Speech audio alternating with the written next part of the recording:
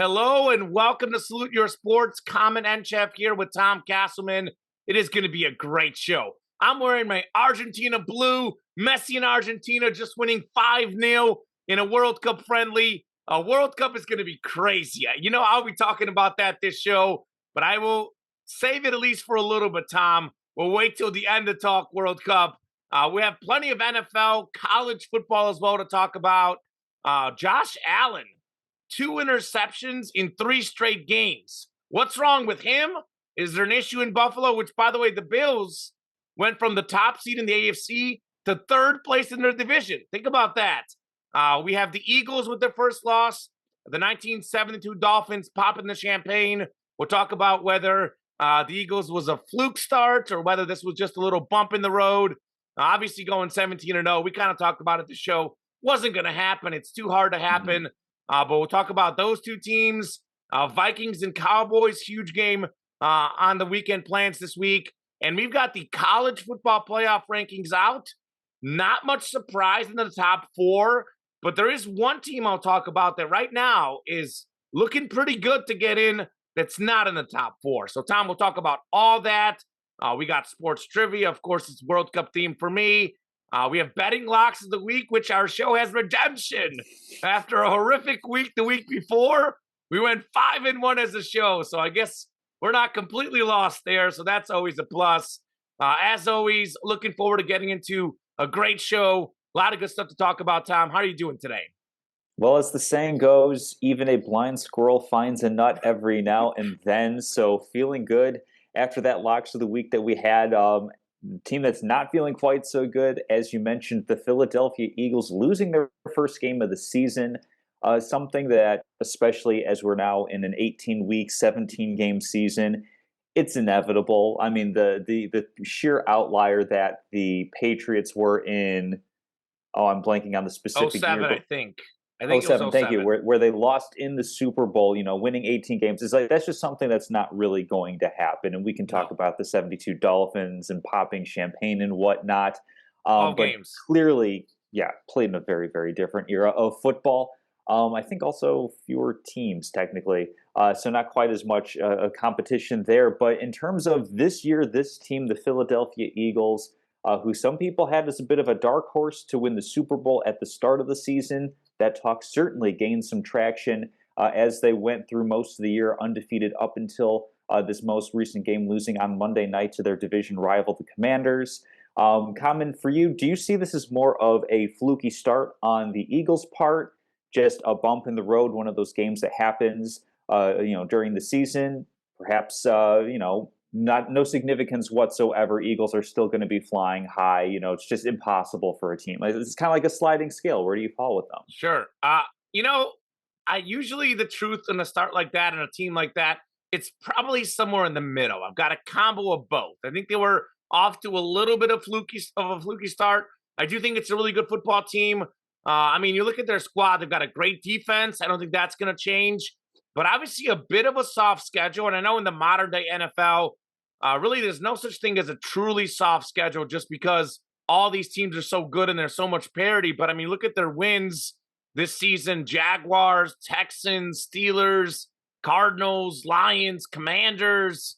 Then their 2 good wins were over Dallas at home and then against the Vikings at home. But Dallas was without Dak Prescott. The Vikings, Kirk Cousins just had a really bad game. He was literally throwing the ball to Philly in that game. So the schedule, I think, has something to do with that. Great starts. But as you talk about regression to the mean, it's kind of an interesting conundrum with Jalen Hurts because it's year 3. That's the year a quarterback should get his jump. He's gotten the jump. No doubt about that. Adding A.J. Brown helps. Hurts we know as one of the best running quarterbacks in the league. He takes care of the ball. But look at his numbers this year. He's 3rd in the NFL in QB rating, 6th in QBR, and he was even higher prior to this bad game. So there's no doubt he's taking a step forward, but I don't know if he's going to be as good as he was playing the first half. He had 14 touchdown passes in 9 games. Last year he had 16 in 15 games. His QBR, 63.7. This last year, 54.6. QB rating, 106.4. Previous year, 87.2. So we're talking about his numbers like way better. I mean, Hmm. way better. He's going to be better than he was last year. I think he's a legitimate top 10 quarterback, but right now he's playing like a top 5 quarterback. And I'm not sure that he is a top 5 quarterback, if we're honest. So I think part of the start has been just Jalen Hurts playing so good. And a lot of times when you see a guy get so much better, he's figuring out the league, but then the league will figure him back out the other way. You look at this last game. I mean, you know this, Tom, as a quarterback, it's always much easier when you get ahead. Eagles have gotten ahead in a lot of these games. Hurts hasn't faced a lot of pressure. Not a lot of close. I know some of the games have been close, but it's been a weird kind of close most of the way where it got close late, but the Eagles were in control the whole way. This last game, I know it's just one game, but his team was down, had 175 pass yards. You can argue that he didn't make as many plays as he could have. So, I mean, I think he's going to be a very good player for years to come. He's the number one in Philly. They've got their quarterback, but I think he's more of like a 7 to 10 quarterback, not a top 5 quarterback like he has played this season. So realistically, a team like the Eagles should be like 6-2, but quarterback overachieving and a soft schedule got him off to an 8-0 start. They'll lose a few games this year. They still could get the 1 seed. They'll either be the 1 or 2 realistically. They should win a playoff game. But I mean, I'm looking over at the NFC and I'm looking at the 49ers as the favorite. And I know we'll talk about the Vikings a little later in the show, but my goodness, San Francisco's got the playoff experience. Debo's getting healthy. McCaffrey's there. Kittle's healthy. Fred Warner's healthy. Bosa's healthy. Elijah Mitchell came back. 2 great running backs. So the Eagles are not my favorite in the NFC. Yeah, I think for me, this is purely a bump in the road. This is what happens over the course of the season. No one's going undefeated, especially when you consider that this is the second time that Washington has seen Philadelphia this year. Earlier, Eagles winning on the road in pretty convincing fashion, 24-8, using a huge, huge 24-point second quarter to propel them to victory. I know Washington picked up some points in the fourth quarter there, but the game was already well in hand. So this is one of those things where playing against a division opponent, even that might not be as talented, and I certainly don't think that there's any conversation that the Washington Commanders are not on paper as talented as the Philadelphia Eagles are. But that's where coaching comes into play. That's where you're saying there's adjustments that are being made. And clearly, Washington made some adjustments. I mean, you can probably, if you want to go big brained on the Eagles season or something like that, say something along the lines that, hey, it's actually, in a way, not bad that they lost this game. I mean, clearly they're going to be in the playoffs. Clearly they're going to be one of the top couple of seeds come December, January. But this gives them the opportunity to say, okay, now we can look on film and see what adjustments did Washington make to us and kind of, do a little extra self-scouting to figure out where are the next moves going to come from, which is going to be really important for the Eagles to figure out, considering that they've already had their bye week this season. So for me, it's one of those things where it's hard for, winning is difficult in the NFL. I mean, more than half the teams lose their last game of the season. I mean, winning everything is incredibly difficult to do. I say not necessarily fluke start for the Eagles. Certainly they've benefited from a soft schedule. I mean, so have the Vikings. If you look at the quality and caliber of wins that they've had so far, it's just one of those things where if you happen to play the right teams at the right time, you can get off to a bit of a better record to get a little higher variance. But certainly I don't have any concerns about the Eagles being one of the 2-3 front runner teams. I'd say probably Eagles, 49ers are right there for me, mixing the Cowboys.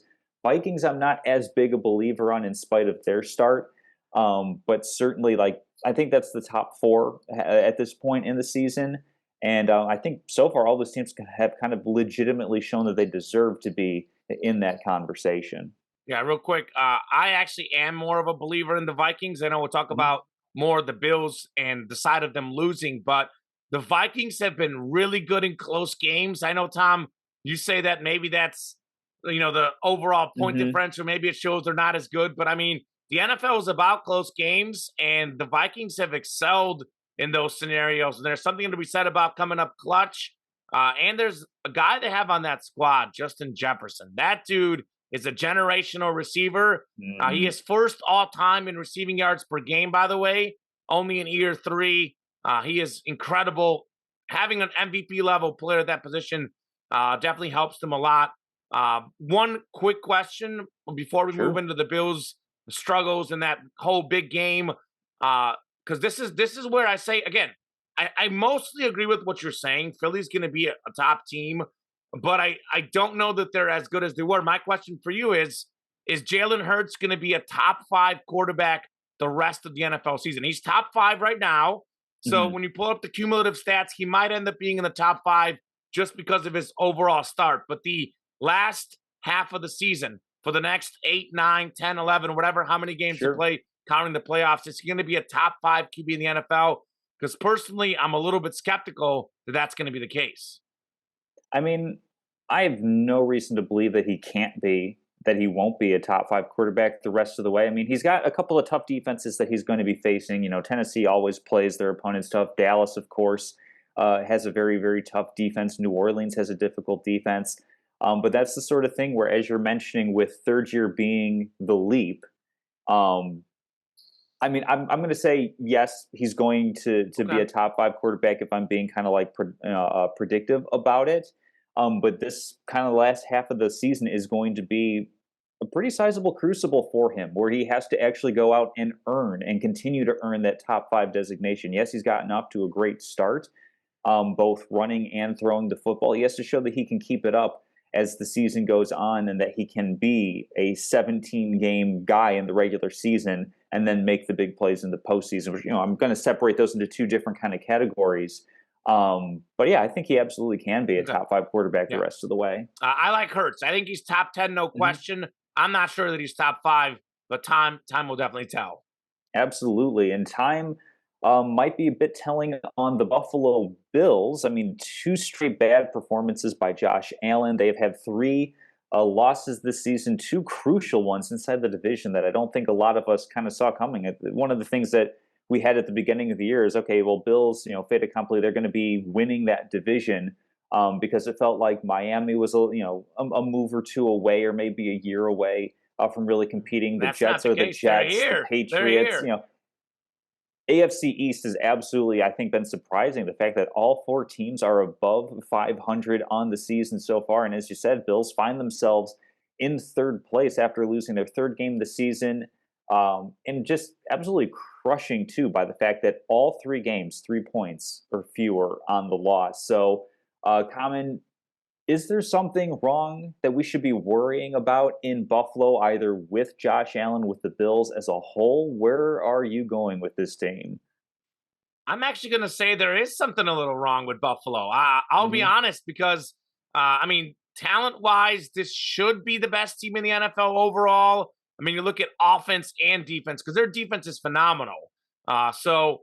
But the fact that they're losing close games is a little bit worrisome. I mean, what happens in the playoffs? You play close games. You're not going to play the Steelers and beat them 38-3 in the playoffs or whatever that score was. I think there's a certain amount of pressure on Josh Allen, and I think there wasn't that much. I know there was some pressure coming in as a highly rated quarterback, but early on in his career he struggled. Then you had that good season. They make the AFC Championship game. Then all Mhm. of a sudden there were expectations. And last season they barely won the division. I think they had like 11 wins, maybe it was, which was not as expected. And I felt like going into the season, they were a little bit overhyped. It's not to say that they didn't have the talent, but it feels like the media and the fans built Buffalo as the Super Bowl favorite and Allen as the MVP favorite.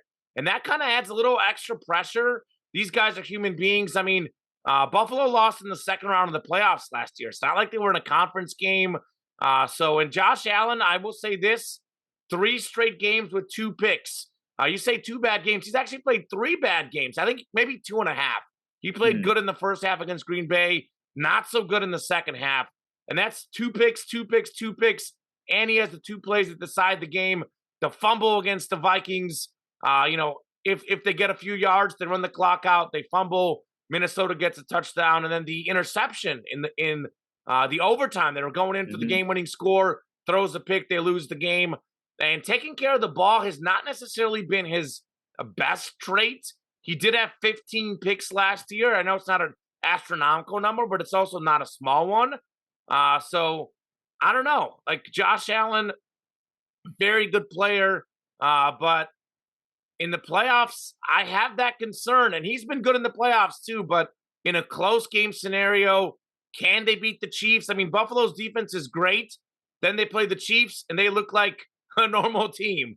So there's something to be said about that defense against the Chiefs. There's something to be said about Buffalo in close games. So I'm a little bit concerned about this team. I mean, we know they're going to make the playoffs. I'm not 100% sure they're going to win the division. Look, I think the Jets will fall off. The Patriots are in fourth record-wise behind those teams. But the Miami Dolphins are scary. And they're making trades. They improved their defense, getting Bradley Chubb. I know there's rumors floating around about Odell Beckham joining Miami, which, again, I don't know if that's going to happen.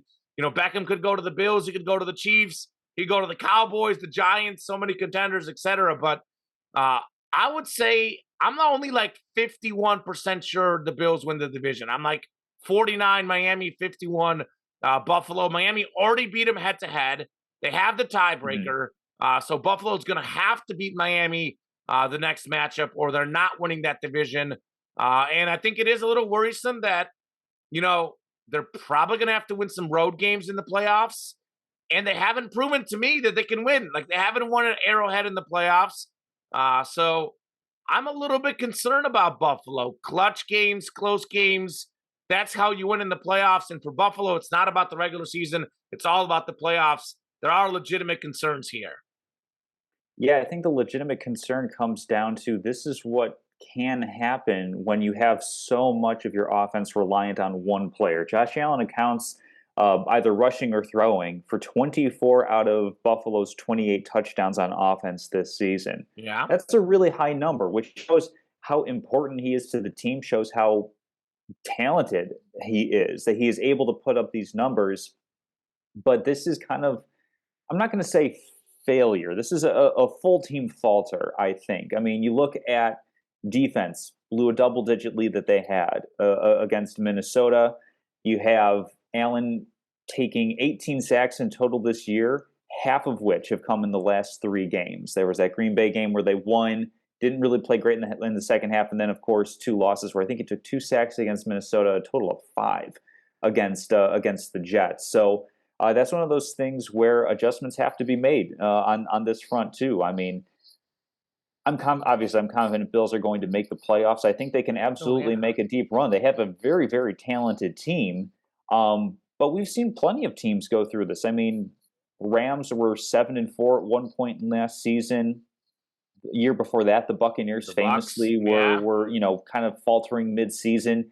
This just might be one of those things where it's difficult to be 100% on through the entirety of the season. And I know that, Coach Sean McDermott has said, hey, the UCL strain or whatever's going on with Josh Allen's elbow does not prevent him from making all the plays that he's used to making that we need him to make.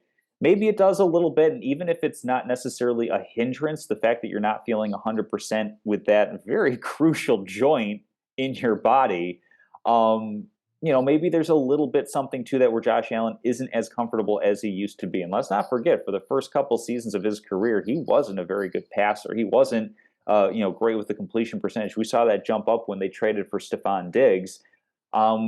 This could just be kind of the collateral of asking one player to do so much, is you're going to have to live with some of those mistakes. You're going to have some games where he's not going to be at his best. Therefore, your team is going to be far from their best. And this is something where I know quarterback is the most important position on the field, and clearly there is a lot of help that he has. There's a lot of talent around him in Buffalo.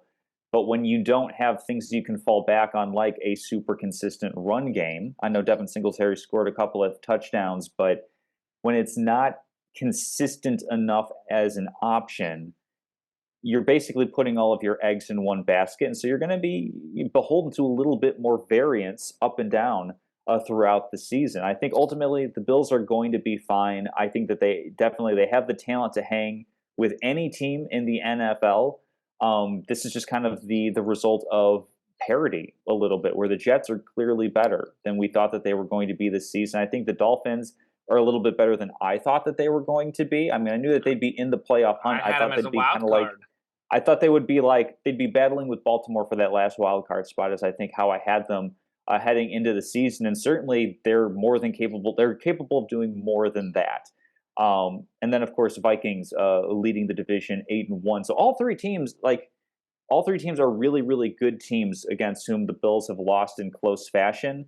So I'm not going to be hitting the panic button or anything like that. I'm kind of falling in line with they're stumbling over the past couple of games, but it falls right in line with the Eagles' opinion that I have of just you can't be on all season. I think they'll be fine come playoff time. See, I agree with everything that you said, but unlike the Eagles going in, their expectations are so different. I Sure. mean, for Buffalo, and I know this is completely unfair. I know it is, Hmm. but when you go in as the Super Bowl favorite to at least not make the Super Bowl, if they make the AFC Championship and lose, I know it sounds crazy to say, but that's a disappointing season. Sure. That's a disappointing season. So, is Buffalo going to make the playoffs? Absolutely, no question about that. They'll make the playoffs. But you talk about them losing to all these close games against good teams. Well, these are good teams they'll be playing in the Uh-huh. playoffs. They're not going to be playing some of the bad teams. So, again, if it's a normal team, even like the Eagles case, like Eagles going in, like before the season, if you told the Eagles that you might make the NFC Championship, because in theory, Eagles will get a bye, they'll Hmm. probably win their first playoff Sure. game. NFC Championship run without the Super Bowl appearance, success for the Eagles, no question, Hmm. before the season. They might feel a little different about it right now, but before the season, Yeah. that's a success. You told the Buffalo Bills before the season, you're going to make the AFC Championship and lose. I think a lot of people would say it's not a bad season, but it's not a successful season. And I Hmm. think for me, that's why I am hitting the panic button in terms of like, are these guys the favorite to make it to the Super Bowl in the AFC? And I don't think so. I really don't think so. I think that there's a lot of teams that can lose to, and in close games, I am very concerned for them. I know, obviously, I picked the Chiefs. I'm high on the Chiefs. But I was getting nervous. I was thinking in my head, well, Buffalo's legitimately a better team than the Chiefs. And now that I've seen what's happened the last few weeks, and I know it's only 2 games, blah, blah, blah, but this continued stretch of not winning these close games. I mean, the Chiefs one is the one they won. I think they beat Hmm. Baltimore close too, but they've lost most of the close games. So in terms of the expectations, hitting the panic button, I really probably agree with what you were saying about Josh Allen being so great and critical for them. I think Singletary's a little bit better than you or others give him credit for, but the stat you listed, 24 of 28 touchdowns, Hmm. that's a lot. But that's part of the Yeah. problem. If that's the guy you're relying on and he's known to turn the ball over, he's not like as consistent as a Patrick Mahomes. He might be a top 2 or 3 player in the NFL, but uh, I'm still a little bit concerned personally. I'm even concerned about Buffalo's defense because they are so dominant. But when they go up against really good players like Mahomes, like Justin Jefferson, they have looked less dominant. And I will Hmm. say, we wouldn't be talking about all this if Jefferson doesn't make that 4th and 18 catch, which, by the way, Sure. the defense was good on that play. It was just Yeah. one of the might have been the greatest catch in NFL history. It was the Odell Absolutely. Beckham catch with the guy in his face. He's coming down. He's getting tackled. He holds on 4th and 18. Just spectacular. So a Hmm. little bit concerned about the Bills. They'll definitely make the playoffs, but I don't have them in the Super Bowl. I'm not convinced they'll even make the AFC title game. We'll see. We will definitely see. Yep, two critical home matchups against the Jets and Dolphins, teams that they lost to on the road. And of course, they've got both games against New England. So, still a lot of season left for the Bills within the division to kind of prove okay, did they learn something in those two close losses against division opponents so far? Where are they going to be heading from there? Another really important matchup that's going to be coming up. It's a playoff preview between the Minnesota Vikings and the Dallas Cowboys. I realize, technically speaking, Dallas Cowboys still have a shot of not making the playoffs, but I think they're fairly safely in at this point. In Minnesota, yet Dallas is favored by a slim, slim margin. So, Kamen, what does that say to you about what is the thinking process with Dallas being favored against Minnesota? And do you think that there's any legitimacy to the Cowboys actually being favored to win on the road in this one? There's zero legitimacy. My first thought is, what does Vegas know? But then again, I was thinking that when And I should have made this pick last week in betting locks of the week. I would have been 3-0 instead of 2-1. The TCU being a dog against Texas, I was like, Mm, what does Vegas know? And I was like, it didn't make any sense. And sure enough, TCU wins the game. So I think there's no legitimacy beyond the fact that Vegas is banking on a lot of Cowboys to bet on their team, the Cowboy fans. sure. So I don't know. I don't think the line makes a lot of sense. I mean, Dallas is coming off a terrible loss. They blew a 14-point fourth quarter lead, losing to a Green Bay team that has not been very good this year. Christian Watson looked like the next coming of Randy Moss in that game. Watson's very good, but they sure made him look good. That's for sure. So the Vikings, the 1-point underdog at home is crazy. I think 1.5 actually see it Hmm. as well. They're 8-1. Cowboys are 6-3. Vikings are 4-0 at home. Cowboys just 2-2 on the road. I know Dallas beat Minnesota last year with Cooper Rush, but that's last year. So for Yep. me, the Vikings are a great passing team. Cowboys have a great secondary, so that should be a great matchup within the matchup. Jefferson maybe against Trayvon Diggs. But I don't see who's going to stop Justin Jefferson. And the Vikings excel in these exact scenarios, these close games. Last 6 straight games, the Vikings have won them all by 8 points or less. They're 3-0 in games decided by 3 or less, including the last 2 games. They just played 2 3-point games. So I know this sounds weird, but given that it's not a Monday night game, given how they're playing, right now I trust Kirk Cousins more than Hmm. Dak Prescott with the game on the line. I mean, Dallas just choked a 14-point lead. So Minnesota's at home where they've been just completely balling. I don't see how Dallas is a favorite in this game. I mean, I don't think it's like a slam dunk Vikings will win, but I do think they will win. And I do think it's disrespectful. I mean, they say that, being at home is worth 3 points, they say on the betting front. So they're trying to tell me that they think that the Cowboys are essentially uh, 4.5 points better than the Vikings. I just don't see that. I don't know where we're coming up with this line. Hmm. I like the Vikings in this game, and I do think it's kind of disrespectful. And to be honest, that's a little extra motivation for Minnesota. I mean, everyone, including you, is calling them out. Oh, they played all these backup quarterbacks. Oh, they played Hmm. a soft schedule. Oh, they've had a lot of things go their way. It is hard to win in the NFL. These guys are 8-1, Tom. I know this may sound a little different than kind of what I was saying with the Eagles, but typically, a lot of times you are what your record says you are. Maybe they're not quite an 8-1 team due to some scheduling stuff, but they're a very good football team, and they're playing a 6-3 team. Uh, I think Minnesota should win this game. Vikings, Hmm. definitely a great play on the money line if you're betting. Yeah, I think this is a case of I mean, I think this comes down to like looking at the numbers a little bit, and there's a little bit of projection going on. Where if you look at, defense points per game, Minnesota's near the bottom of the league, in one of the worst defenses on that front. And so far they've had a good enough offense to overcome that. And then when you flip it around, you look at the Cowboys; they have one of the top defenses, and their offense is actually just a couple of pegs lower than Minnesota. But then you factor in, oh, Cooper Rush, game manager, was in instead of Dak Prescott for a couple of games. So I think heading into this, I think that's what kind of goes into the mindset for this game. Um, yeah, it's tough because it's not an island game, but it is still relatively. It's more prime time than just a noon start. So it's going to be fascinating which Kirk Cousins shows up for this game. It's going to be interesting to see. I think this might be. I'm looking at Dallas's schedule right now.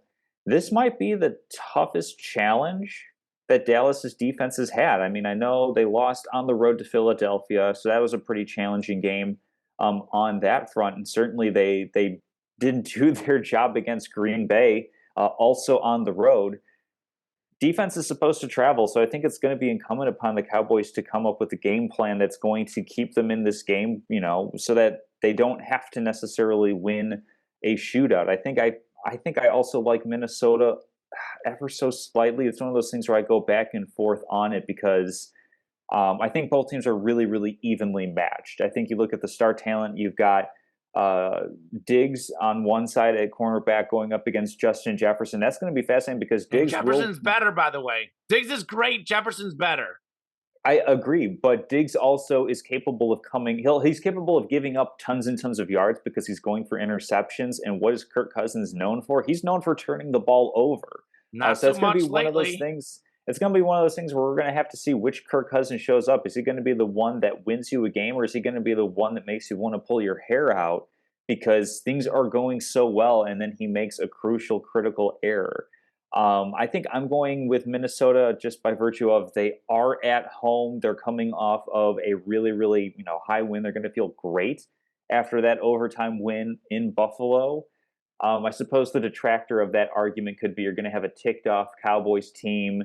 You're going to have a little bit of an emotional letdown from Minnesota, but I think that Kevin O'Connell's done a great job of keeping this team prepared all season long. And I think that he is absolutely a better coach than Mike McCarthy. So I'm going to give a couple of those edges to Minnesota on this one. I think they're going to go to 9-1 on the season. And I think that this is absolutely a matchup that we might be seeing again in a couple of months when it's playoff time. Yeah, real quickly, a couple points. Vikings, if you're talking about a team that I think focus and letdown shouldn't affect, I mean, these guys were down double digits on the road in Buffalo. They kept going. The Oh, defense that absolutely, you yeah. mentioned, they may not be great per se, but they make the clutch plays. I mean, I know that it was a fumbled exchange, but maybe I'm giving them too much credit, but a bad pass. But guess what? They got the turnovers. Minnesota, Tom, by the way, has the second best turnover margin in the NFL right now behind the Eagles. Kirk Cousins, Yep. call it a fluky start. He's taking care of the ball very well. I've seen 9 games of him doing this. I think part of Kirk Cousins in the past, he was never really trusted by his coaches. I know Mike Zimmer wasn't the biggest Kirk Cousins fan in Washington. Like, he wasn't even supposed to be the starter. I think right now in Minnesota, they trust him. And you can see the videos he's doing. I think his teammates like him. His coaches like him. If you're on a team that trusts you, they believe in you, it's easier to believe in yourself, and it's easier to make those smart plays. Dak Prescott, by the way, has not been very good this season. Has not been very good when he's played. So, he had 2 interceptions, I think, against Green Bay. He played a bad game against the Lions. I guess he looked good against the Bears, but not like outrageously good. Earlier in the season against the Bucs, before the injury, looked bad. Right now, Kirk Cousins is the better quarterback than Dak Prescott. No question. No question. They've got the edge at quarterback. They've got the top receiver. They've got the defense. They've got the better coach. I mean, Cowboys got the better D, but I think offensively, Minnesota's better. They're better at the important positions. Coach, quarterback, playmaker, CeeDee Lamb. He's no Justin Jefferson.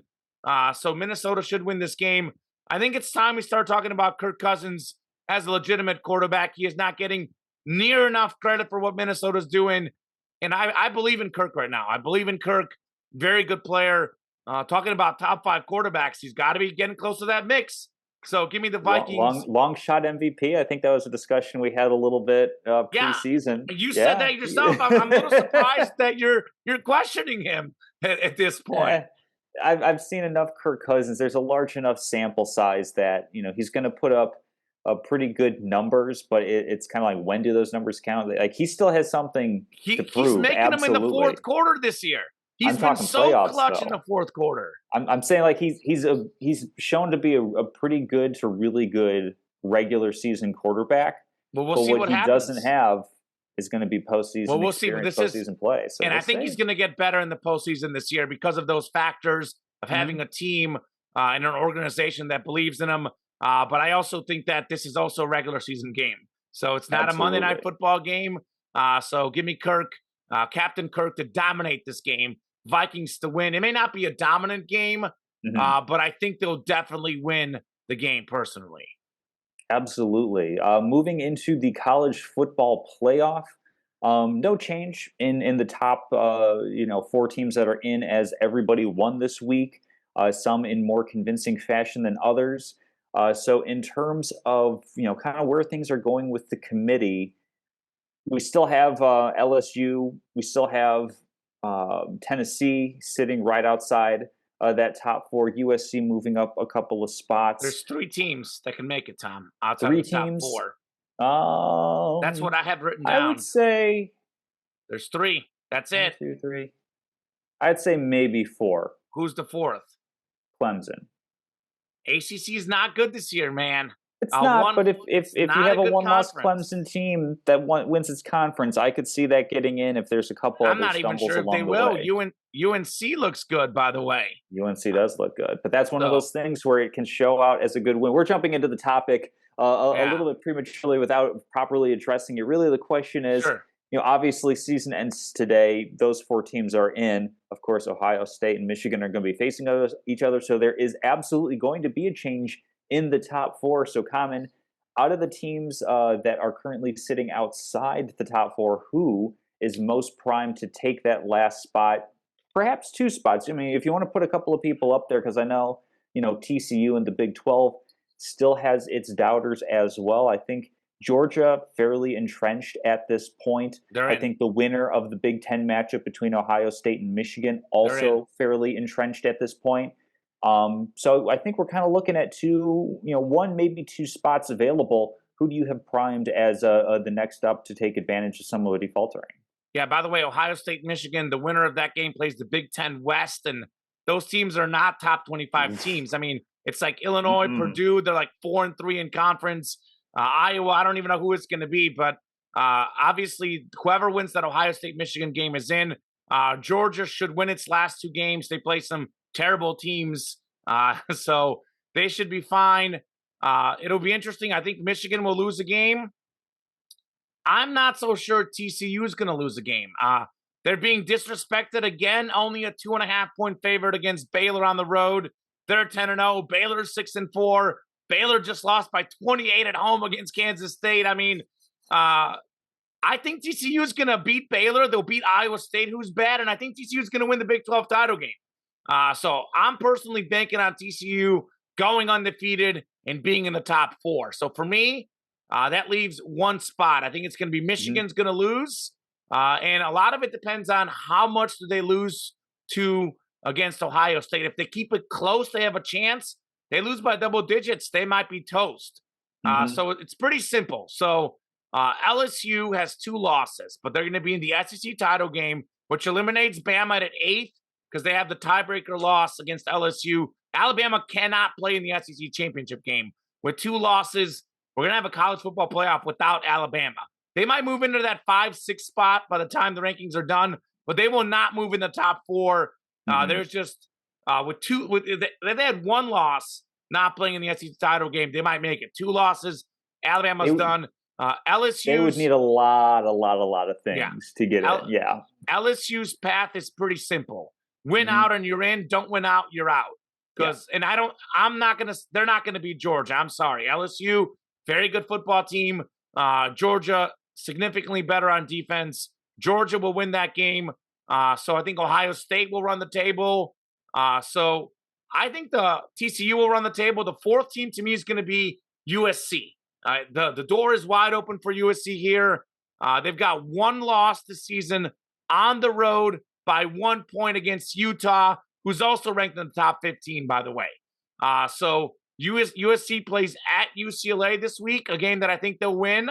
So USC wins that game to win the Pac-12 championship, a 1-loss Pac-12 champion with 1 loss by 1 point on the road at Utah. Unless Michigan loses on like a Hail Mary against Ohio State, USC should be in. So it's pretty simple. I think USC, Utah, Georgia, Ohio State, Michigan, all 5 of those teams fighting for 4 spots. All of those teams win out. They're in the playoff. They hold their own destiny. Obviously, we can't have Ohio State and Michigan both win out because they play each other. So I think it's setting up really well for USC to make the playoff, which, by the way, Tom, I did have in my preseason picks. I had Georgia, Ohio State, USC, Alabama. So could go 3 for 4. We'll see. And I think TCU, obviously, they lose, they're out. So they've been disrespected by everyone. They got to win out. Tennessee, though, Tennessee is the interesting one because, should USC falter, everyone else in the Pac-12 has 2 losses. So a one-loss Tennessee team losing on the road to Georgia, I think even without an SEC title game appearance, I think would be a better resume than a two-loss Pac-12 team. So Tennessee needs USC to lose or TCU or both. Then they'll get in. Tennessee has a shot. They've got a shot. Should TCU or USC lose a game, Tennessee is then in. But I'm going to bank on USC and TCU running the table. They'll get ahead of Michigan. They'll get ahead of Tennessee. They'll be 5-6. Alabama will probably be 7. So I think it's going to end Georgia number 1, Ohio State number 2. The clear best 2 teams in football, clearly above the pack. I know I'm getting too excited. Maybe I'm speaking out of turn. Maybe I'm getting ahead of it. But that's the national title game. That's it.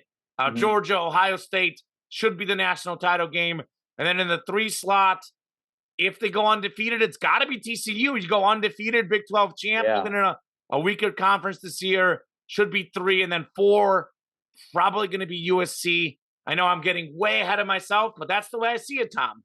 That's the way I see it. Yeah, I have USC primed as the top team to make it in as well because, again, this is assuming you've got a win at Baylor, a win against Iowa State, and then you win the Big 12 championship as well. I mean, TCU clearly has the resume to be in. Even if they lose in that Big 12 championship game, looking at the resume, I mean, you've got Texas, Kansas State, Oklahoma State, Kansas, and Oklahoma. That's 5 wins against top 25 opponents, at that point in the season. So I think, TCU has a pretty strong resume.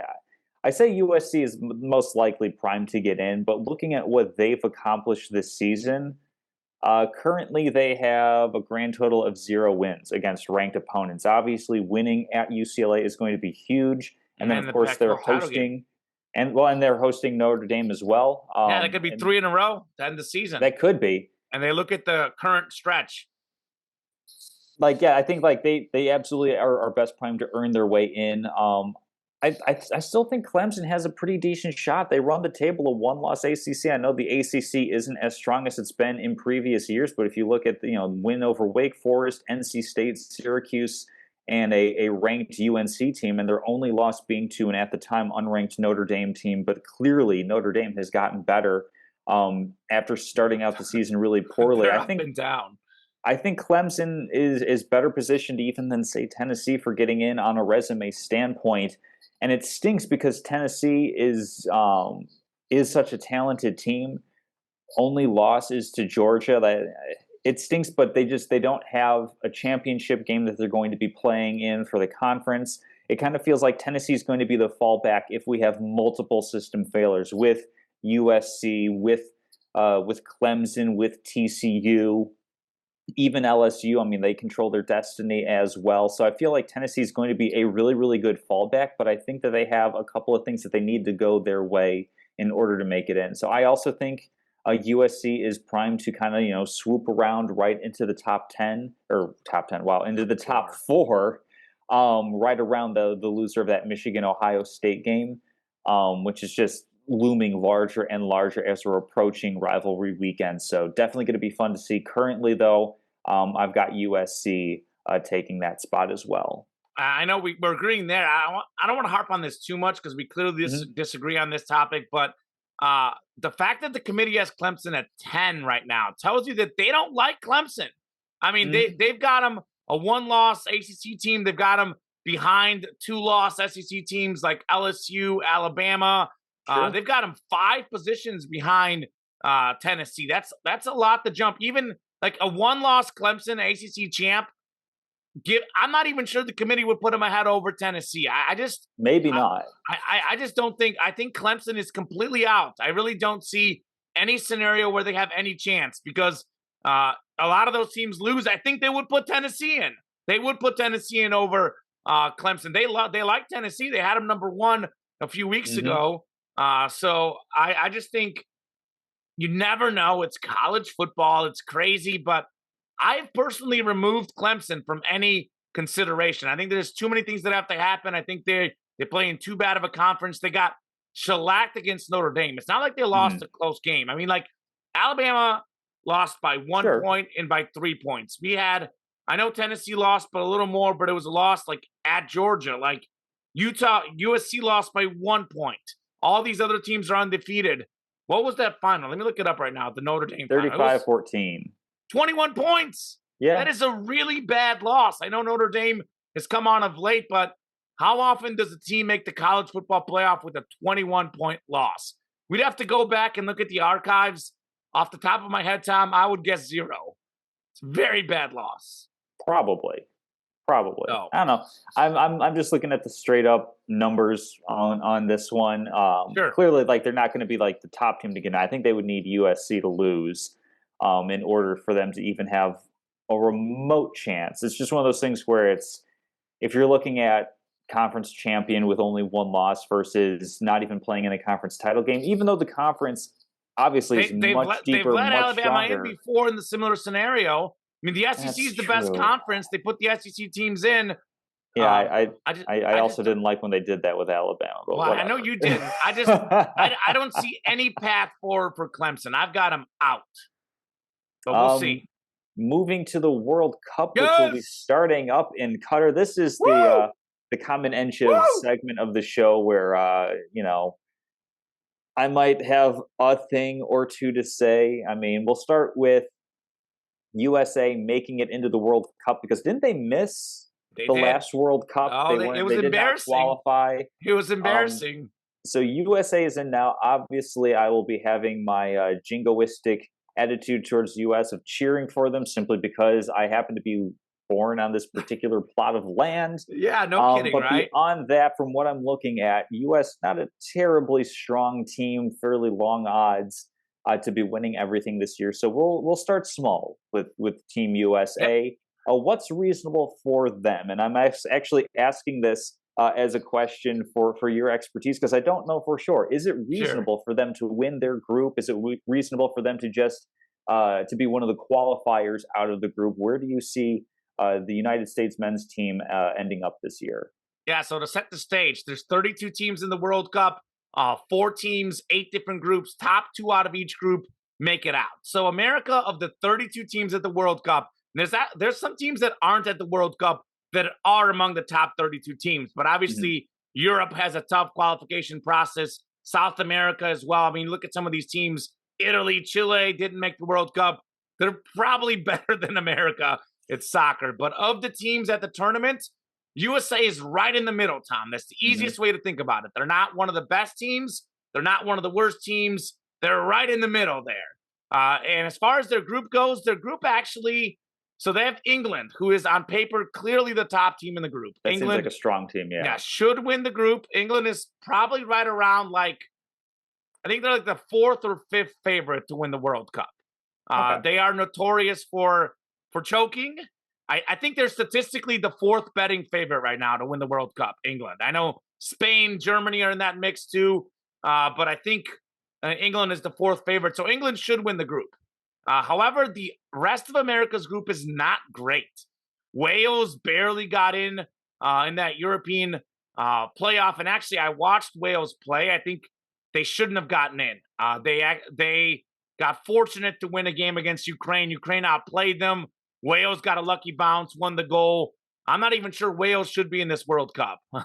So Iran is not a great squad. They are dangerous, though. We've seen them play a lot of close games at World Cups. They defend well.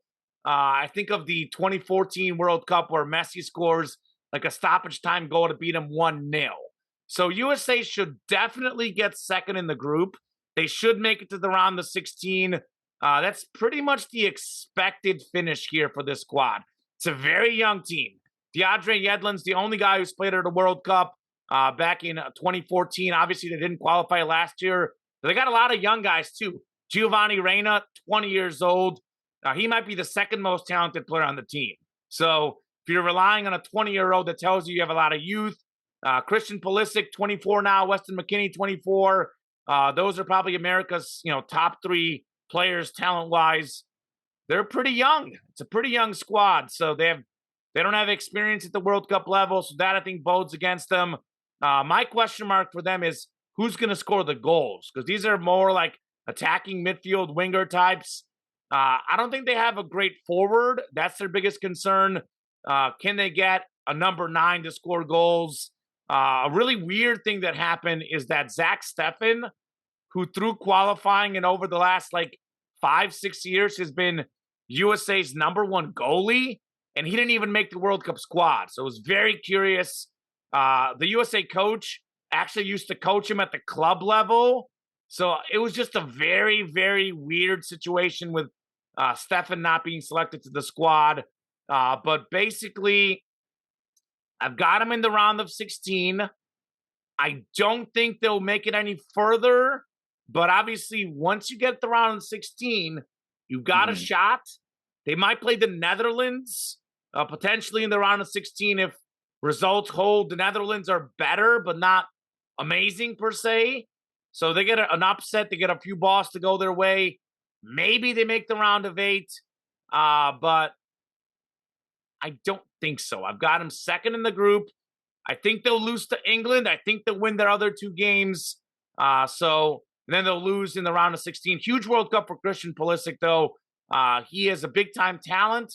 He plays for Chelsea, which is arguably a top 5 team in the world. They're struggling a little bit right now, but he kind of hasn't established himself as a full-time starter there.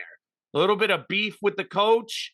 So this is his chance to maybe get another team to look at him so he can be a full-time starter because he is a very talented player.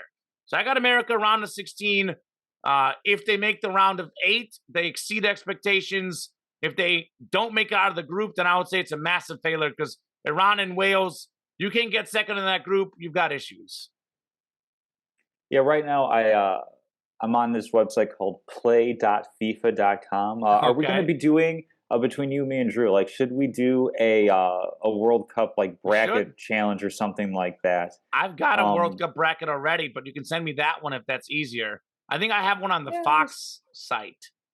Yeah, I'm absolutely not having Qatar win anything because I don't like Qatar. Yeah. No, I think everything you said is pretty accurate. It feels like that's basically where the United States is every single time that they're in one of these international challenges. Is that average? Right in the middle, and that's kind of a testament to where our athletic priorities lie. Our best athletes are playing basketball, football, even baseball to a certain extent. Basketball and football mostly. It's going to be interesting to see if missing out on the World Cup, because wasn't there like a big push of like reinvesting in the team after they missed out on the World Cup for 2018? Is that something where we're going to be seeing perhaps more talent coming up through the American ranks, or do you think U.S. is destined to kind of be static? I know this is a little off topic as far as this particular World Cup, but are they ever going to be better than average? But I think it's going to be more average. Like you said, I mean, you said it right there. The best athletes in America go out for football and basketball. And I grew up soccer being my favorite sport. You know this. I was born in Bulgaria, moved to USA when I was 8.5. So as a kid, 94 Bulgarian team finished 4th in the World Cup. I grew up loving soccer. It's like my first love. I love football and basketball both too. It's like I go back and forth depending on the season. But the World Cup's my favorite sporting event. Like, this is what I live for, Tom. I'll be waking up early for these games. I'm a night owl. I work late at night. My sleep will be suffering, and it'll be worth it, though. So I'm a fan personally. The game in America has grown a lot, but I don't think it's grown enough to the point where the best kids will be playing. I mean, think about this. America is truly a melting pot, as they say. We have a very high Mexican population in America. There are a lot of, we see these international tournaments when these teams come out to play friendlies in America. The attendances are very good. There's a lot of interest. But also a lot of that interest comes from Mexican Americans, European Americans, because that's what they grew up loving. So I don't know. I think we're more at the stage where we're going to be pretty static. Like, I think that's America. Like in the 2002 World Cup, they made the quarterfinals because things went well that World Cup. They, because the thing is, you make the round of 16, all you got to do is win one game to make the quarterfinals. Right. I think that's the team's goal for the next World Cup, where they'll be at home. These young players will have more experience. Next World Cup, maybe they take a step forward in the quarterfinals. With that said, Tom, in the history of the World Cup, almost every year, one of the final four teams is an upset team. So almost every year, the winner is, I mean, pretty much every year. So the 7 countries have won the World Cup: Brazil, Germany, Italy, Argentina, Spain, England, Uruguay. And that was Uruguay back in the 50s when they were great. So not a lot of teams can truly win the tournament.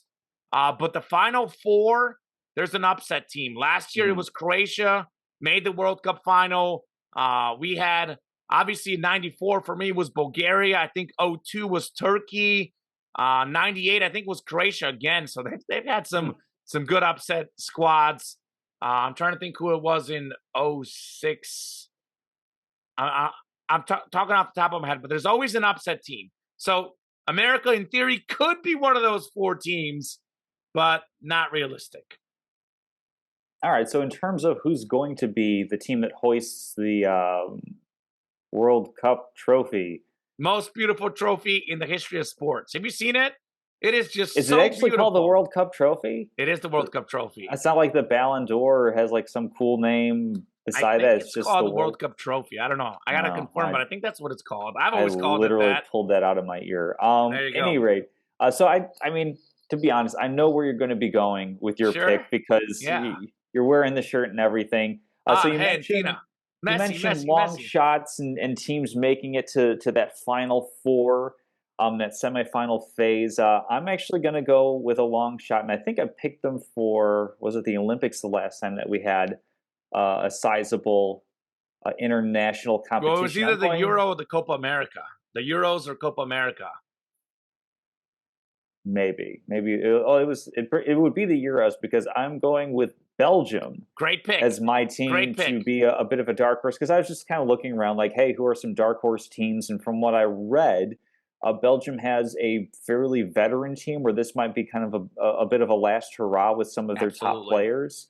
So I'll go with some tournament experience in this little thing that I filled out. They're going to have a bit of a tough path to get there because I have them going up against Spain, followed by Portugal, followed by France, and then I kind of like coin flipped Brazil or Argentina. I might go with Argentina just to root along with you on that one, to go with Lionel Messi. So obviously it looks like it's a fairly difficult path forward for Belgium, but sure, I'll go with the dark horse on that one. Also really like waffles. So there you go. So Belgium is a great dark horse pick. They've got the golden generation: Kevin De Bruyne, Romelu Lukaku, Eden Hazard, who's been struggling of late. They got a great goalie, Tom. They have one, like good goalie play, the best goalie in the world, Real Madrid's goalie. So they are a dangerous team. They're a very interesting team. Belgium is actually, Tom, I think they're number 1 or number 2 in the FIFA rankings, which is crazy to think about because you see them. I think they're like what I read. Yeah, they're 6th or 7th in the world when it comes to betting favorites. I want to say they're 6th or 7th, somewhere in there. So they're not like a massive dark horse, but they're not one of the 5 favorites. But you know why they're ranked so high in FIFA? Because that team is a model of consistency. They've been so good. They've made at least the quarterfinals of just about every international tournament over the last 12 years. The issue is that I think they've made the semis once, and they've never made the final. So they're kind of that team that plateaus at the final 8. Yeah. But you consistently make the final 8, you will be ranked high. So FIFA rankings, I'm pulling this up here on my phone because it's easier than the computer. But let's see, FIFA. So they're 2nd. Brazil is 1st. Belgium 2nd, Argentina 3rd, France 4th. So they're a good dark horse pick. I think Germany is a good dark horse pick because Germany, right now they've got some issues, but Germany shows up at the World Cup. Minus last World Cup, they always perform better on the big stage. If you're talking dark horses, it feels weird as a fan to say Germany's a dark horse, but man, that's one maybe. They're 6th longest odds from what I'm looking at right now. 6th longest odds. I'm going to pull up the odds right now. I should have had these up a little earlier. I'm going to pull them up on my phone here. So if we're talking, let's see, World Cup team futures. Let's see. So yeah, Brazil the favorite, Argentina 2nd, France 3rd, England 4th, Spain 5th, Germany 6th, Netherlands 7th, and then Portugal and Belgium tied for 8th. So Those are good long shot picks. I think realistically, Tom, and this is again, England is a choker, Hmm. Belgium's a choker. We've seen these teams choke enough. Spain has a good team, but they've got a very young team right now. I think there are three legitimate teams that could win this thing. I think there's three teams that are the top class in the world right now. And believe it or not, Tom, pure talent wise, Argentina is probably number three in the world. If we're looking at, so it's hard to say what the most talented team in the world is because if we're looking at a fully healthy France, I will tell you France is hands down the most talented team in the world. However, they'll be without their two starting midfielders from the last World Cup, Conte and Pogba. Those guys are Hmm. huge setters for them. Conte plays incredible defense, helped shut down Messi in the round of 16 last time around. But still, France has Kylian Mbappe and Karim Benzema. I've got Messi as the best player in the world. A lot of people still say Messi's the best right now. ESPN, I don't agree with this because I did see player rankings in the World Cup.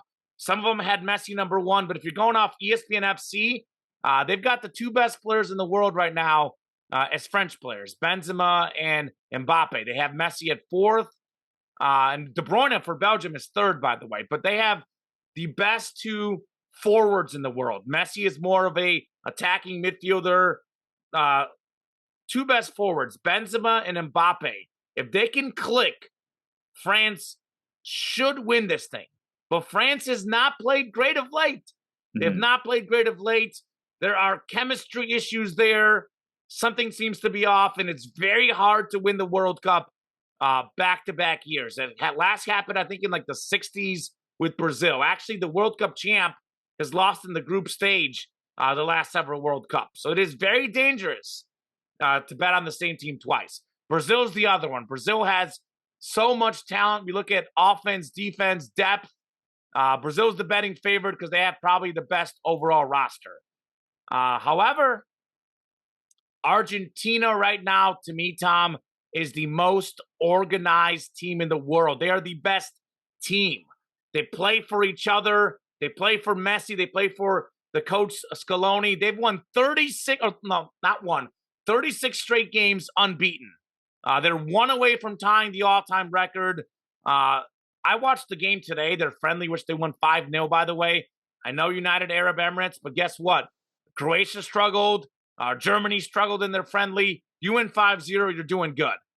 So Hmm. Argentina is playing with a different sort of confidence since beating Brazil in the Copa America final. 36 games unbeaten, 11 wins, 6 draws in qualifying. You look at some of their recent games. I know not necessarily against the best teams, but some of their qualifiers, or after the qualifiers, their friendlies. Messi's on top of the world right now. 5 goals against Estonia. He scored 2 each against Honduras and Jamaica. They won 5-0, 3-0, 3-0, 5-0. Those are their last 4 games. You talk about going in hot to a tournament. These guys are going in red hot. They also have, what's the saying, Tom? A player who, when he puts on the national team jersey, is way better than he was at club level. Like, the perfect example of that is Emiliano Martinez, like a player like a big shot Bob, Robert Horry, good player. You put him in game on the line, NBA Finals, Sure. he makes the big shots. Emiliano Martinez, very good goalkeeper. You know, probably top 20 best in the world. He puts on that Argentina jersey. It's like Super Saiyan. If you watch Dragon Ball Z as a kid, he goes I'm Super familiar with Saiyan. it. Sure. Yeah. Yeah, I mean, this guy, Guillermo Ochoa is the other one from Mexico. Same deal. He just Hmm. like takes his game to the next level. There's something about that shirt that he gets going. So he's going to be great. These guys are not giving up goals. I mean, simply put, uh, they may not score as many total goals as France or Brazil, but if they're going to give up 0 goals every game, they're going to win. And Messi is just playing at such a great level. Right now, he is back to being the best in the world. He is statistically rated the highest player in the world right now. You got the best player with a great coach, an organized defense, a great system. I believe in Argentina because I think they're more well together as a team than Brazil and France, who may have more talent. All right. So that will be I think that's it for the World Cup. Is there anything else to cover that we should? Anything else of significance? Messi's the GOAT.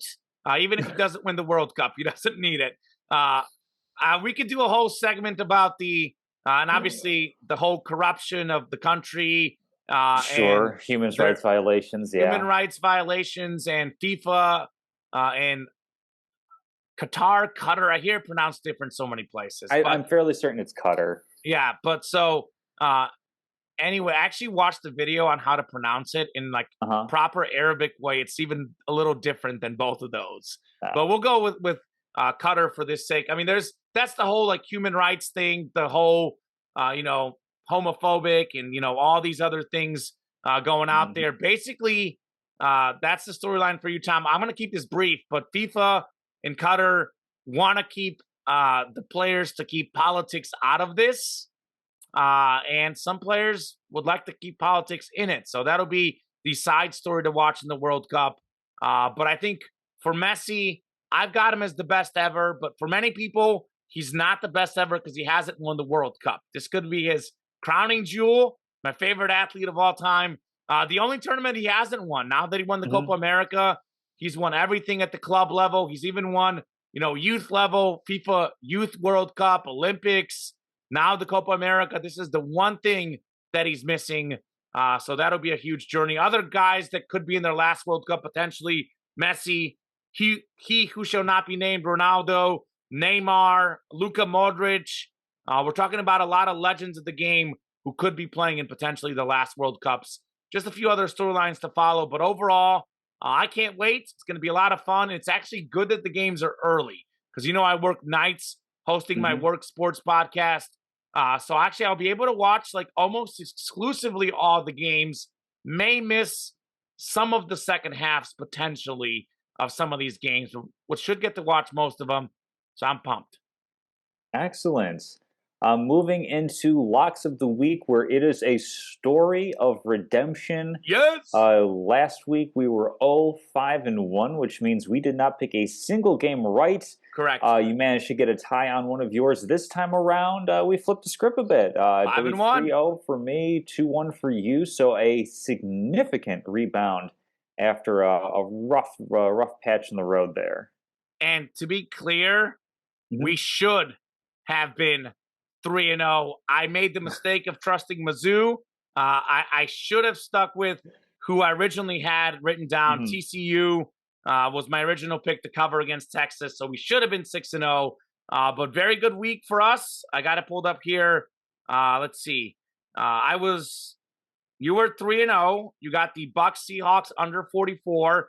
That went 37 total points, 21-16 Bucks.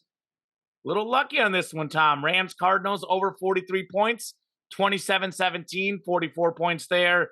Vikings Bills over 45 and a half. That was 63 points. Didn't have to sweat Mhm. on that one. I didn't No, have to not at sweat on this all. Nets pick either. Nets minus 3.5 over the Knicks, winning Cruise. 112-85. Mhm. This one I had to sweat on a little bit. Panthers Falcons under 44, 25-15, 40 total points. And then I had Mizzou plus 20 and a half at Tennessee. They were down 28-24 in the third quarter. It ended 66-24. So definitely did not end the right way. But Not a good day for ye old alma yeah, mater. yeah, tough loss there for Mizzou. But good week for us. Mhm. I'm feeling another good week. We'll start with your picks, Tom. Absolutely. So I'm going to go with one under this week. I'm going to go with Bills and Browns under 43. Weather forecast saying we're going to have wind and snow in Buffalo this upcoming weekend, which to me means we're going to have a little less throwing the ball around. So give me that one under 43 points. Browns also with Jacoby Brissett at quarterback, like to run it with Nick Chubb, Kareem Hunt.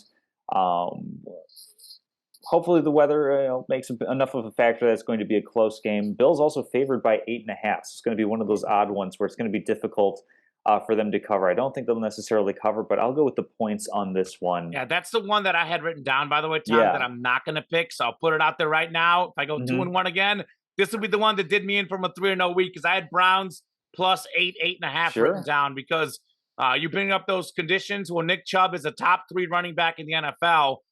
So it'll be definitely better weather for the Browns running the ball. Absolutely.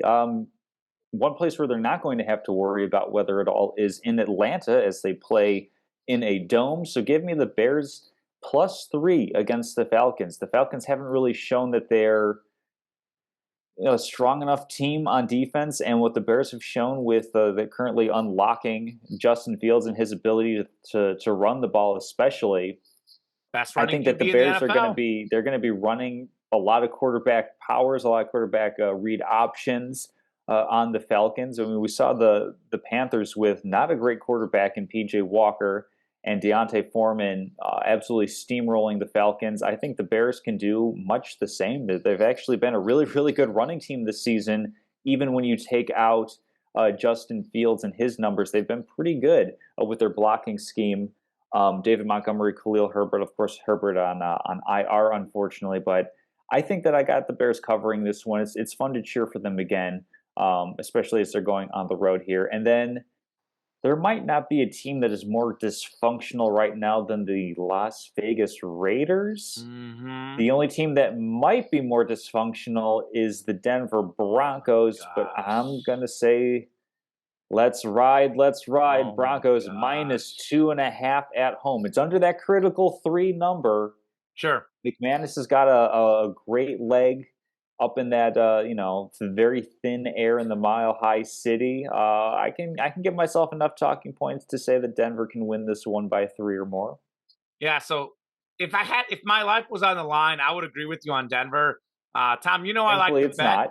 Not. Yeah, thankfully it's not. But I typically go into every week. I bet a lot, but I bet less and less. And I've actually had a lot more success when I bet less. I bet more on the ones I like. More success than out of the picks on the show, certainly here, but outside of the show. But I have, I just might glance at the NFL, and I glance at a few games where I'm just like, I'm just not going to bet on this game because I don't feel confident in either of these teams. And it's so ironic that you picked 2 games that I had written down I'm not going to bet on, the Bears and then the Broncos game. And for the record, I would pick the exact same things as you if my life was on the line, but I'm not feeling great about either of those games because all 4 of those teams, you never know what's going to happen. We could say that about most on all their houses, but those specifically. So we'll see. I will say this, Tom. I have not gone into, and this is going to get me in trouble. I know it is, so I'm going to just preface that right now. I can't remember the last time I went into a betting locks of the week feeling more confident than this week. I love all 3 of my picks. So take that for what it's worth. TCU -2.5 at Baylor, -120 on DraftKings. 10-0 TCU against 6-4 Baylor. TCU just won 17-10 on the road at Texas. Baylor lost 31-3 at home against Kansas State. Line does not make sense. I just don't get it. I know TCU's played a lot of close games, but guess what? They've won all of them by 3 or more, which is what this line is. They're 8-1 against the spread. So clearly, no one's respecting TCU. So they've exceeded expectations all season. I don't see why they won't exceed them here. Very balanced offense, can run and pass. They keep it rolling here, win by 3 or more at Baylor. More college football. I'm actually picking a lot of picks that we talked about on the show. Sure. So I did a little extra research on all these topics, and the more I thought about it, I feel great. So I like USC. This number was at 2.5. I saw it this afternoon at 1.5 on DraftKings. USC -1.5 at UCLA. USC, by the way, Tom, gets about 317 pass yards a game. UCLA gives up about 254, which shows me they're vulnerable against the pass. USC is very good. Caleb Williams, a dual threat quarterback. USC is the better team here. Even on the road, a 1.5 point spread is a virtual pick'em game almost. So USC's 9-1, UCLA 8-2. UCLA just lost at home against a 4-6 Arizona team. So a little bit surprised the line is so small. I know they say worth 3 points on, a neutral floor, but even at 4.5 on a neutral field, I would feel Mhm. USC should cover that line against UCLA.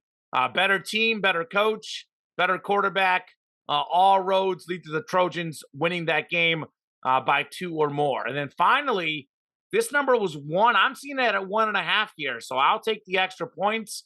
But if for me personally, how I'm going to bet this, I'll probably just take the money line. But for the sake of our show, I'll give myself the extra points. Vikings plus 1.5 against the Cowboys, minus 115. Like I said earlier in the show, this is the line that doesn't make much sense. Vikings are 8-1. They're 4-0 at home. Cowboys are 6-3, just 2-2 on the road. Minnesota's won all these close games this season. Cowboys have lost a lot of the close games. Coming off a game that they blew a 14-point lead against Green Bay. Justin Jefferson is playing out of his mind right now. Trayvon Diggs, no matter who you put on him, no answer for Jefferson. I think Minnesota wins outright, but for the sake of our betting lock Mhm. records, I'll take the 1.5 points in that game. Vikings covering 1.5 against the Cowboys. What I love about all my picks is they are virtual close to the money line. And I say this, USC will probably win by 1. TCU will probably win by 2. That's what's going to happen. But I look at these 3 matchups, they're all like within 2.5 to 1.5 Mhm. points. It is pretty rare you win by 1 or 2. So I'm looking at these teams and I'm seeing who's going to win the game because these lines are basically telling me these are almost pick'ems. I'm looking at Minnesota in Mhm. the NFL. I'm looking at USC in college football over UCLA and TCU definitely over Baylor. I'm even going to go ahead and put the mortgage word out there, Tom. You might Oh, as well no, now you've done it. mortgage your house Oh, on TCU no. against Baylor. That is the single most confident pick I've had in betting locks of the week for probably the entire year, and it's almost over.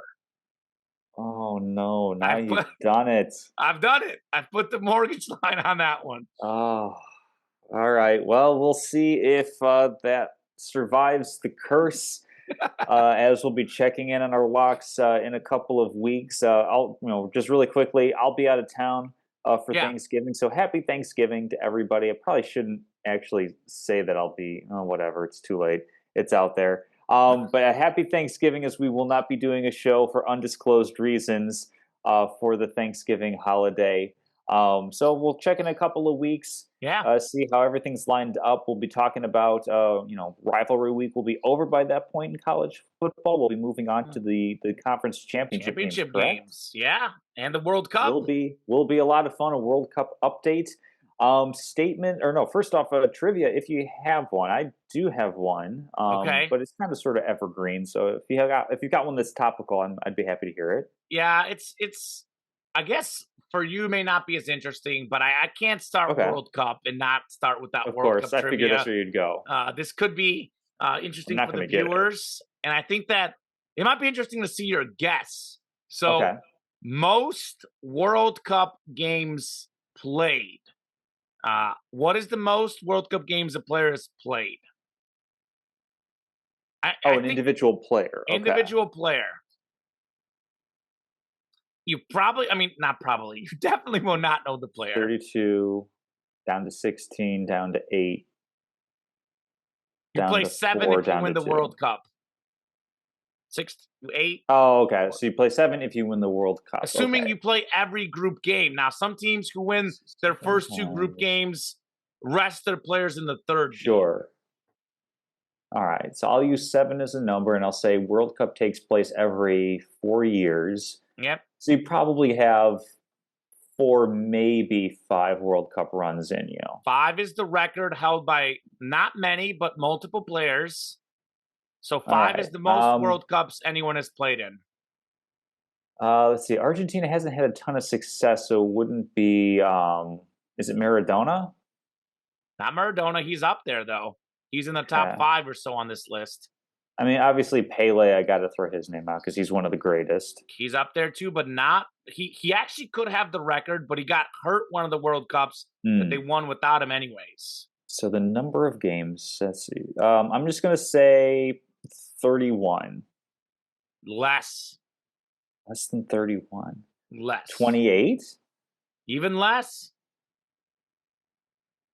I mean, It's I am hard. assuming that you're going the distance every single time. So like 22 World In Cup between, games. split the difference of your guesses. So that's 20. I was at 28. So then 20. I can do math. Literally 25. split the difference. Yes. 25. There we go. 25. Yeah. Lothar Matthäus, the great German player, Hmm. played in 25 World Cup games. Germany winners of 1990. They were also uh, That. 94. They lost to Bulgaria in the quarterfinals, by the way. Hmm. So that's the most. He's got 25. Some of your other guesses, not bad. Maradona, 21. Hmm. So he's pretty close there. Messi, by the way, has played in 19. Keep this in mind. Argentina did make the final in 2014. They've at Yeah. least made the quarterfinals every time he's been there. And then keep this in mind, it's games played. So Messi was 19 in the '06 World Cup. Controversially, the coach didn't play him in the quarterfinals. Maybe he was actually even less than 19. He was a Hmm. teenager. Maybe he was 17 now that I think of it. But I don't want to do the math in my head here. But very young Messi. So he's played 19 right now, though. If Hmm. Argentina wins the World Cup, seven's the magic number. That's 26. He could There set you the go. record. Uh, There you so go. Yeah, a lot that's of just, teams. Well, or that just like highlights how precious the opportunity is. and that That you highlights only play like the most anyone's ever played is just 25 World Cup games. That's incredible. and that's why when we're talking the GOAT, obviously some credence has to be set to how you perform at the World Cup. But I Hmm. mean, Messi was the 2014 player of the tournament. They voted him best player in the 2014 World Cup. He has 6 goals in his career at the World Cup. His team has made at least the quarterfinals. They've made the final. I guess they were round of 16, the previous one. But like he's had success at the World Cup. It's not like he's been a bum there. Like, for his Hmm. standards, maybe not as much as you would have liked. But that is why when we're talking GOAT, I struggle with labeling Pele or Maradona ahead of Messi because they've got the World Cup title. He doesn't. It's like, look at what Messi's done in his club career, which is Hmm. over, we're talking like 800 games, Tom, instead of like 20 games. And look at what those guys have done. And you'll see that Messi has had considerably more success at that level. So that's something to think about. But yeah, very interesting. Not that many. Think about that. Yeah. 5 World Cups. That's 20 years of success. It's just crazy to think about because, usually you don't make the World Cup till you're in your 20s, and usually you're out by your like mid 30s, if not sooner. So for the Hmm. guys that have played in 5 World Cups, it is very impressive. Messi about to play in his fifth. So pretty cool. Absolutely. Well, that's far too much soccer talk for this one, Tam Castleman. Well, there's a So little more. statements and salutes. I figured that there would be. I'll do a real quick salute, and then I have more of like a hypothetical or a question than I do necessarily a statement. But I think it's going to lead to an interesting. It can lead to an interesting conversation. Sure. So my salute first off is I'm going to dignify the names of Lavelle Davis Jr., Devin Chandler, and Deshaun Perry, the three Terrible. young men who were killed in a shooting on University of Virginia's campus, coming back from a school trip, I believe it was. Terrible. A former football player from that school who I'm not going to give the dignity of naming right at this time. Um, we don't know motive yet. Inexplicably decided to shoot. Had a gun in his possession, something that he said that he had before, but he never actually like vocalized a specific threat, which is why different precautionary measures weren't able to fall into place. Terrible. Um, so it's obviously it's a huge stain in our national legacy that this continues to be something that we see Sure. in the news on a regular basis, especially on a school campus, where we've seen it from children to college students, where it's just you're just trying to get an education, you're trying to learn, expand your mind, to know more about the world, yourself, your greater humanity. It should be a place of solid. It should be a place of safety and knowledge. It shouldn't be something that anybody should ever have to prepare for. And unfortunately, I know people who do have to make those preparations. People who are students or faculty members on different levels of school campuses. So terrible, terrible tragedy on that end. So That's my salute is to those young men. It's trite to say I'm not a politician, can't really do anything, but thoughts and prayers truly are with their families. None of the And politicians this, do enough. But yeah, I'm not going to get into the whole political thing. yeah, thoughts and prayers. Obviously, with the school, last I saw, they haven't made a decision on whether or not they're going to play the game. I think either way that the team decides to do it is the right decision. If they Whatever they need the want. time, absolutely take it. If they feel that this is the best way to pay their respects and to continue to process and move forward, I'm all for them continuing to play this weekend as well. So that's the salute, heartfelt salute, heavy-hearted salute, quite frankly, on that front. And then if we want to go on a little bit of a lighter note, I am, as you Please. saw Please. pre-show, I am wearing my Bears gear. Let's The statement, go. obviously, the Bears have a quarterback for the first time in I don't know how long. A question that I heard on Maybe Sports Talk ever. Radio that I thought, and that's going to tie into this question, Hmm. is Justin Fields on talent, not necessarily on overall career accolades, because he's at the beginning, but is he on talent the best player that the Bears have had on offense since Walter Payton? It's a great question. Ooh, And that's a good the question. the fact that the answer is not an outright no says quite a lot about the Yeah, state of this team that we cheer for pretty much our entire lives. sure. Like there's a couple of names that you could kind of throw out there.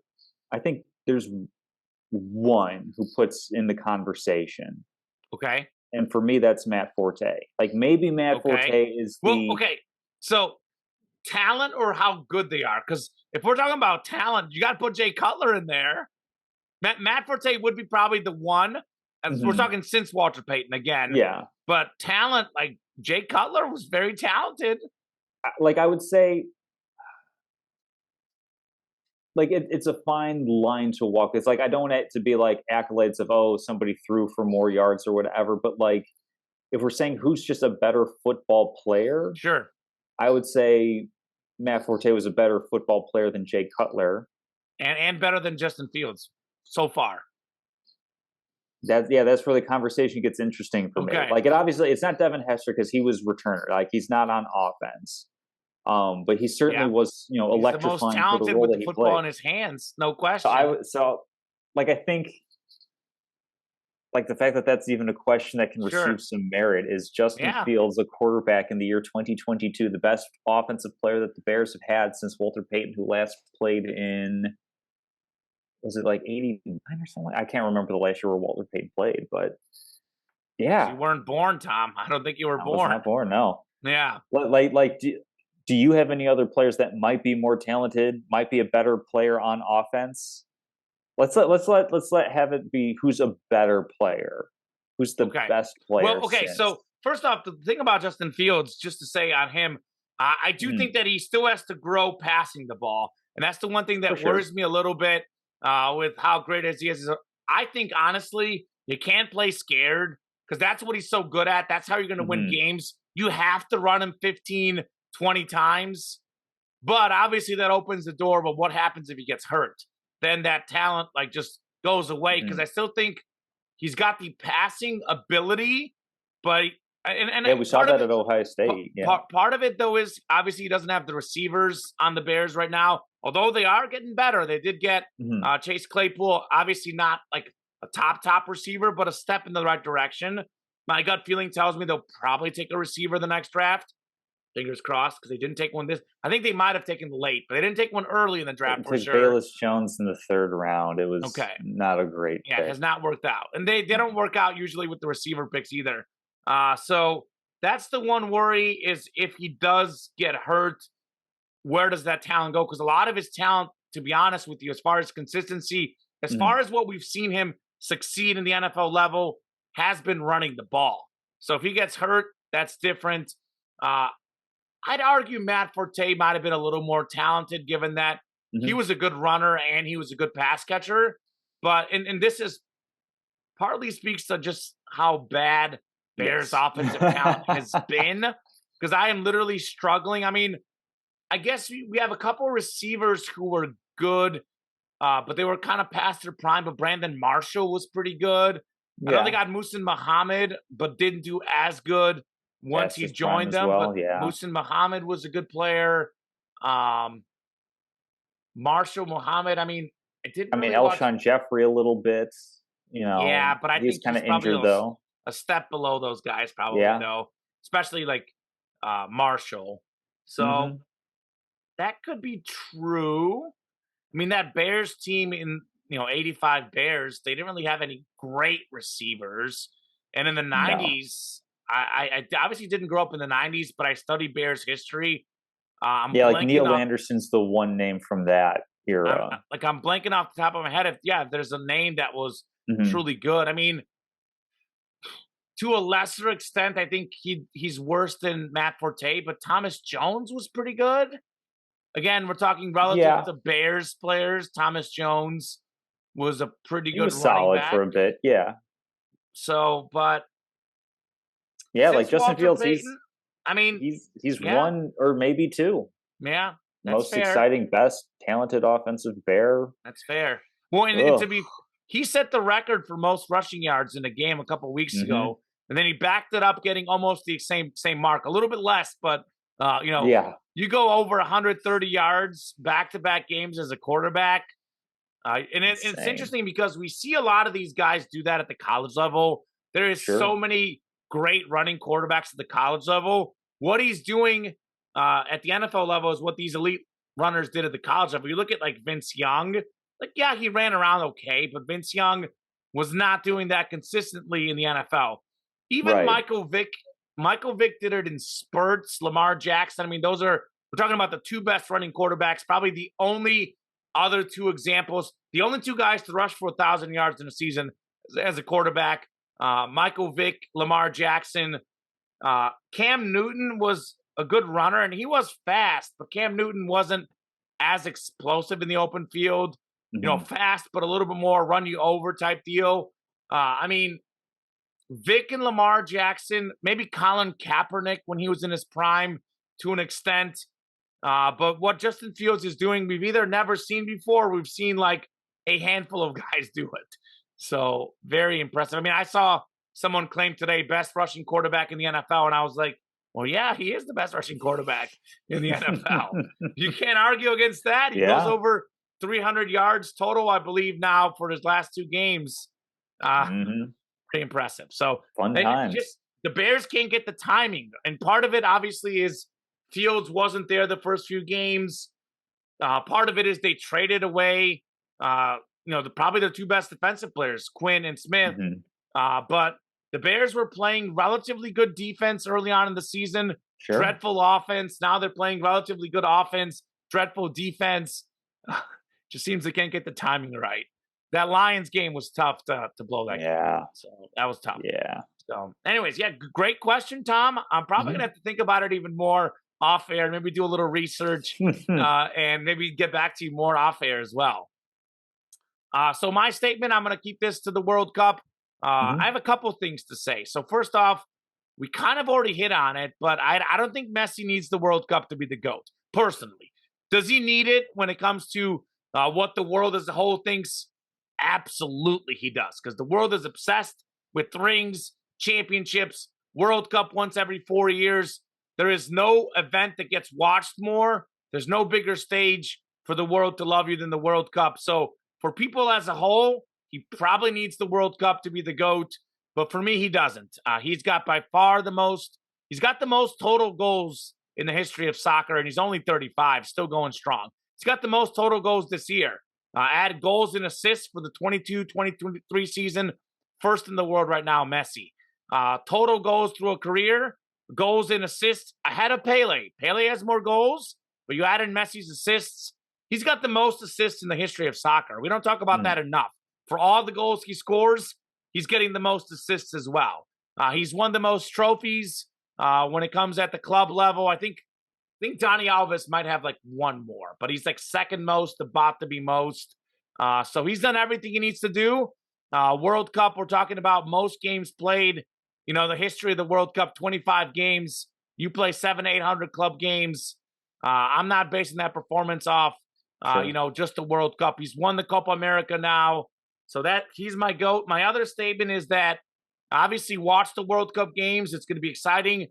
I actually think this is a great time for the World Cup. As much as it stinks as a fan, and it's going to be back to the summer going forward because that's when it always is, and it's better from a fan perspective in that there's no other sports going on. However, for the best level of play for the players, this is the best time to have the World Cup. They had the summer off, and they're in mid-season form. They're not rusty, but they're not tired yet. I know after the regular season ends, there's like about a month before the World Cup starts, but some of these guys, for some of them, it's 2 or 3 weeks if they're in Cup finals, Champions League finals. So they really haven't had the proper time to rest a lot of times. Like the Summer World Cup, some of these guys get tired. So right now, these guys are more fresh. Not to mention, obviously, so many things that you and I and most people probably will stand against the World Cup in Qatar. All of these injustices that they're doing, all this stuff with FIFA. A lot of it is bad. One thing that is very good about this World Cup is that all the stadiums are very close to each other. It's all within, I didn't even say, was it 30-mile radius or something like that? Maybe a little more, but there will be no flights. Usually during a World Cup, teams will fly from one location to another. Everyone's going to be busing, and it's going to be a very short bus ride. And these guys get the comfortable buses. Flying can be tough, though. Even if it's a comfortable flight, flying can be tough to get adjusted. So we've got the perfect conditions. I know it's going to be a little warm, but they've got all sorts of they're doing the fields where it's cooler on the field than it is, elsewhere. They've got all these extra things to make sure that the temperature isn't too hot. Obviously, why it's in the winter, because that country is very hot in the summer. So the players have, in theory, the best conditions we've ever seen in World Cup history. They're fresh. They're in midseason form. They're not rusty. They won't be flying much. And I think it's going to be great to see, all these best players playing in the ideal conditions, at least on the field, obviously. So I'm excited for that. Absolutely. Well, we'll be keeping tabs on that as we kind of progress through the winter. Coming back, we're going to be prime holiday season. NFL will be close to wrapping up. We're going to have bowls coming up fairly soon. So, exciting time to be a sports fan for sure. All right, Tom, that'll do it for us. We'll definitely be back, I think, probably in 2 weeks, maybe 3. I think 2. There's some World Cup scheduling to work out, but I think we'll be able to squeeze in a show in 2 weeks. For sure, 3 weeks from now, there's actually no World Cup game that Wednesday. So we're good there. I think we might have to do like a 11 a.m. show because there's a 1 p.m. Argentina game 2 weeks from today, their last group stage game. But I think we can figure out a show. Even if they've already clinched that they're advancing out? Well, I'm going to watch it. You still okay. Yeah, man. It's the third group stage game. I can't miss Messi in Argentina. So we'll see. But we'll definitely hopefully we should be back in 2 weeks. Everyone have a happy Thanksgiving, like you said, Tom. Thank you to you, always co-hosting with me, always a fun time. And thank you to all the listeners, viewers, etc. We'll see you guys soon.